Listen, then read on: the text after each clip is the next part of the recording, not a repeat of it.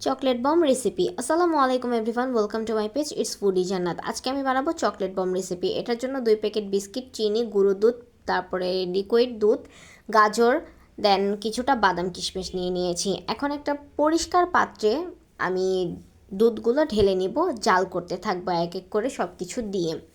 এটার মধ্যে এখন দুধ দেওয়ার পর দিয়ে দিলাম গাজরের পেস্ট, দিয়ে দিলাম একটু পরিমাণে লবণ।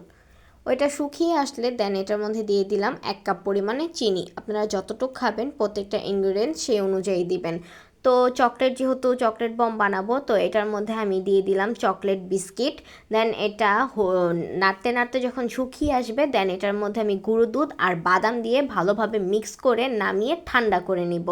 ঠান্ডা করার কারণ হচ্ছে যাতে আপনারা হাতে নিলে জিনিসটা চিপচিপা না হয়, আর হাতে নেওয়ার আগে আপনারা একটু তেল বা ঘি মিক্স করে নেবেন, হাতে মেখে নেবেন, তাহলে বলগুলো বানাতে খুবই সহজ হবে।